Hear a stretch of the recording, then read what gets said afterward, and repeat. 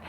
We are making one of our favorite dishes today, and to be honest, I don't know exactly what to call it. I have been buying some meat at Aldi's, and it came in a package like this, and it would say thin sliced beef for carne asada. And this says carne piccata, and it's the same thing that I've been buying. So they changed the names on me. So I thought, well, gosh, I better look this up. And when I did, it said that the carne asada, you cook the meat and then you slice it into thin pieces. Well, that's not what we're going to do. But carne piccata, you cook the meat and then you shred it. And that's not what we're going to do. So I don't know what to call this, except it is delicious. So we're going to call it carne delicious. Okay, so again, this is kind of what I made up from looking at various recipes, and one that my family loves. So I may not have something exactly right or authentic, and feel free to tell me about it if I don't. But this is how we make it at my house, and my family really loves it. So we start with 2 tablespoons of cumin. And I've used the Mexican spice packets before, but honestly, those usually have some undesirable ingredients, and they have hidden sugars, maltodextrin, dextrose, some preservatives. So we're just using our own stuff here, and the spices I use are pretty clean. There are carbs in spices, so be careful with that. We kind of think that they're carb-free, and that's not the case. But I'm using 2 tablespoons of cumin. It smells so incredible. I love cumin. And I'm using 2 tablespoons of chili powder. Chili powder is another where you really want to look for hidden sugars. Get the cleanest that you can. And often if you look in the ethnic food section of a grocery store, those will be a little bit cleaner ingredients. This is a regular paprika. I'm using a tablespoon of that, and I love paprika. That's just 1 tablespoon of paprika. And then this is a smoked paprika. Paprika is not a strong flavor.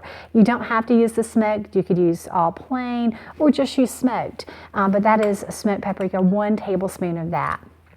I'm going to add a tablespoon of oregano. Now, when I started thinking, when I saw a couple recipes that used oregano, I was really surprised because I think of that as an Italian spice. The oregano adds a lot to this. So we have 2 tablespoons of cumin, 2 tablespoons of chili powder, a tablespoon of smoked paprika, a tablespoon of regular paprika, a tablespoon of oregano, and I'm going to add a tablespoon of salt. I'm sorry, a half teaspoon of salt. Let me say that again. A teaspoon of salt, 1 teaspoon of salt. I can't say that quite right. Now I'm going to mix all this together, and often what I'll do is I mix more than I need to marinate my meat in. We're going to marinate this, and that's fine because I can use this when I cook it on the cooktop. So what we're going to do is we're going to take this meat, and this is made pretty much a round steak that's been cut. It's not the top quality of meat. And you can buy, instead of buying, I got this at Aldi's, by the way. This is where I've been buying it, and it's about $4.49 a pound. I'm using 2 of these in here. It's about 1 3/4 pound per package. So we're up to about 3.5 pounds of beef. Again, you could buy it, slice it yourself, but it is not the most tender parts of meat, but it is very fatty and there's a lot of flavor in it. Marinating it is important because it's not the most tender cut. So to marinate it, I'm going to use an oil, and I'm going to use an acid. This is lime juice. Love lime in Mexican food. So because I have so much meat, like I said, a good 3.5 pounds, I'm using 1/3 cup, make sure I did this right, 1/3 cup of lime juice. And you can buy the lime juice or you can squeeze it yourself. You could just you could squeeze it and then put the cut up limes in there to marinate with the meat. Marinating with the acid will help to break down the meat and will make it more tender when we cook it. I'm also going to add the oil. Now, I decided to use avocado oil. It isn't the least expensive, but I like avocado oil because it will stand up to a higher heat. Olive oil will oxidize, and so I like to use olive oil for cold cooking. I have used it for some hot cooking, but I prefer to use avocado oil or bacon fat if I'm going to cook on a high heat. Coconut oil, MCT oil. You could also use MCT oil if you don't have avocado oil. This is what it looks like. We have it in our local grocery stores. It isn't hard to find, and you can get it online at Amazon. So I'm going to add garlic, and then we'll add, I'm sorry, let me go ahead since I'm talking about it. I'm going to add a half cup of the oil. And so it's a third cup of the lime juice and a half cup of oil, of the avocado oil. And this is great. Avocado oil, by the way, if you haven't had it, it's just fantastic on salads. And I love it in Mexican foods because we're going to have avocado with this anyway, so the little bit of flavor that it gives. I'm going to add garlic. This is a tablespoon of garlic, and it's just fresh garlic. I'll have to scrape that out. I can't stand that. I'll have to scrape it out to get all the good. And this is a great thing to make in the morning and just let it sit through the day. I'm going to mix this a little bit and you'll see what I do, and then we'll add the spice to it. But mix it up, let it go. It doesn't have to go for 5 or 6 hours. Even just 3 or 4 makes a difference. This is going to go about 5 hours for me. And there's so much in there that I'm just kind of massaging it around. And I'm going to add the spices, and I'll have to do that again. I have to tell you how nervous it makes me to turn it upside down. Thank goodness for being able to trust freezer bags. Okay. So let's add the seasoning.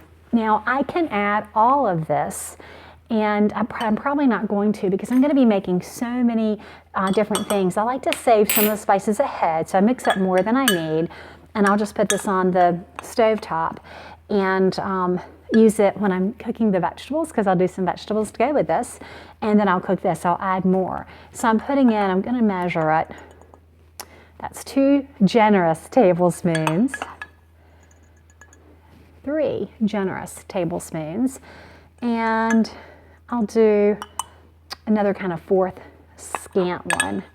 And let me see how that looks like. If that looks like there's enough seasoning, I got to get that garlic mixed up. The reason I like to use a Ziploc bag is simply because I can go by the fridge and, flip it to the other side, and it does marinate pretty well. I could have left it in the bowl, but there was so much meat. I was afraid that all the good stuff would settle to the bottom and wouldn't get marinated through. But I can just flip it like this and give it a little massage. I would like a massage like this. And it will mix up really well. Worst case, I can take the tongs and mix it some more. So that's what we're going to do. We'll take this, we'll put it in the fridge, we'll let it sit for 4 or 5 hours, and then I'll cook it up. And I'll show you that part. So we'll be back then in about 4 or 5 hours. I could also take this, and if it was a school night, a weeknight, I could throw this in my crock pot on low. And that's another great way to cook this. And we'll talk more about that. If you put it in a crock pot, you have this great juice, and you can take out the juice and boil it down and serve that to do your vegetables with. You could also put more heat in this. You notice I didn't put a lot of chilies or that kind of thing. You could put some jalapeno.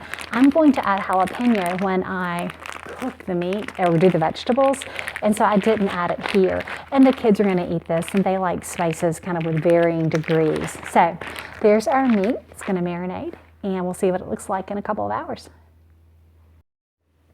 Okay, so the meat has been marinating for several hours now, 5 or 6 hours, and I've taken it out of the fridge, and I'm basically going to, and you can see kind of what it looks like.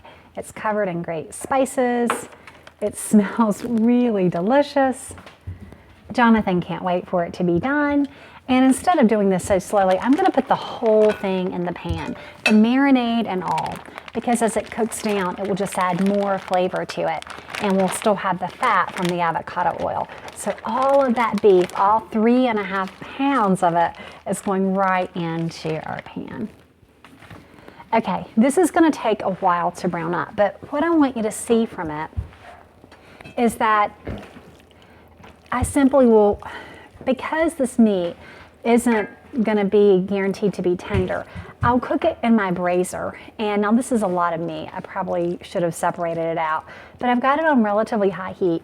I'll get it good and browned, and then I'll put the lid on it. And once I put the lid on it, I'm using a skillet that I can put in the oven if I wanted to for 45 minutes or so, or just put it on a simmering heat on the cooktop, and that's probably what I'll do. But there's not a lot of moisture in there, to be honest, And as it cooks, it will cook out. So I will cook it on the very high heat without the lid at first. And then I'll put the lid on to keep the moisture, keep it nice and tender. I do have some leftover spices, so if I see as it starts to cook, if it needs more spice, I can certainly add those in. And remember, this is just the meat that we marinated earlier, and they're very inexpensive cuts. You can see they're cut, kind of like this, and it may be even a mixture of different kinds of meats. I just don't know. And you can see it's browning up pretty well. It smells incredible. This is one of those times that I wish that you could smell this. I wish I could just kind of hand it to you through the video to get a nice scratch and sniff thing going on. And I did turn the meat in the marinade, and so it looks like it's pretty well marinated. Looks like it's pretty well distributed through. So let me brown this up, and I will put the lid on it, put it on a different burner, and we'll start getting our veggies ready. So our meat is browning, or has browned, and it's off on a different cooktop now, and we're going to work with the vegetables. I put a tablespoon or so of avocado oil, and remember, avocado oil is what I used in the marinade. And I have an onion, and this is one large onion cut up, and I'm going to add that into the avocado oil. And I'm going to add one large bell pepper. Actually, this may have been 1.5. I think it's 1.5 bell pepper. I usually try to watch the vegetables because you're adding carbs, and peppers and onions can be especially high in carbs. So I try to be careful about that. One of the things I really love to use is a poblano pepper, and I didn't have any, and to be honest, when I looked at the store, they didn't look that good, and so I didn't get one. But poblanos are quite large, and they're just for the flavor and the carb trade-off. I really do love them. Because I couldn't find a poblano, I decided to use 2 jalapenos. And they're 1 carb each and a lot of flavor. If you don't like jalapeno, don't put it in. For years, I never thought I liked jalapeno. But when you seed them and you take most of the white part out, actually they're not generally very spicy. And I really do love them. So I put them in the avocado oil, and I'm just going to let them, they're on medium to high heat, so I'm just going to let them warm. And eventually, as they cook down, I'll turn the heat off some. I serve this separately because in general, I'll have fewer vegetables than my husband and daughter, and you saw how much meat there was, so there's no way that would fit in the pan. Again, you could use poblano peppers, you could use an Anaheim. If you really like spicy, you could use a spicier pepper, but use whatever you like. The jalapeno is just a personal favorite for me now. Something that I wouldn't have eaten before, but I think I like spicier food the longer I'm doing low carb, high fat. Okay, so this is gonna cook down, and I have, that little jalapeno tried to get away. I have some of the spices that we blended earlier when I was making the marinade. And so I will take the spices. This is like a tablespoon of the spice we made. Remember, it's cumin and paprika and chili powder and good stuff like that. And I'll sprinkle that over my veggies to kind of layer up the flavors. And I may add more as it goes. And I may save some. Usually I put some of this on the table, and then my husband can use it to sprinkle over his plate if he wants it a little more spicy.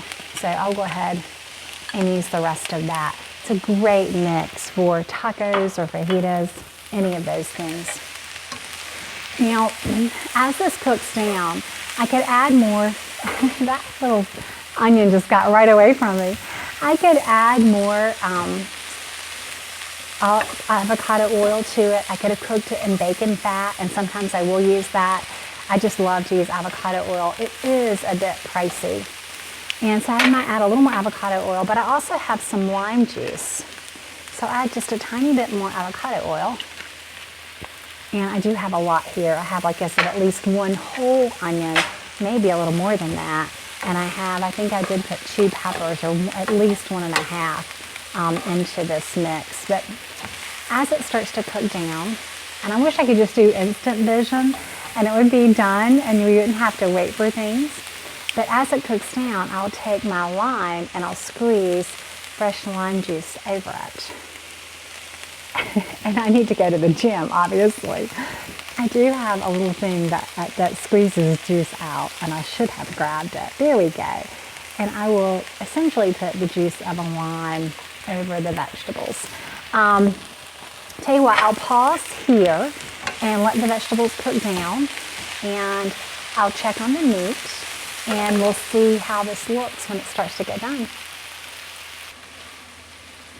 As you can see, our vegetables are just about done. They're not cooked until mushy, but there's still a little bit of crisp and a lot of flavor.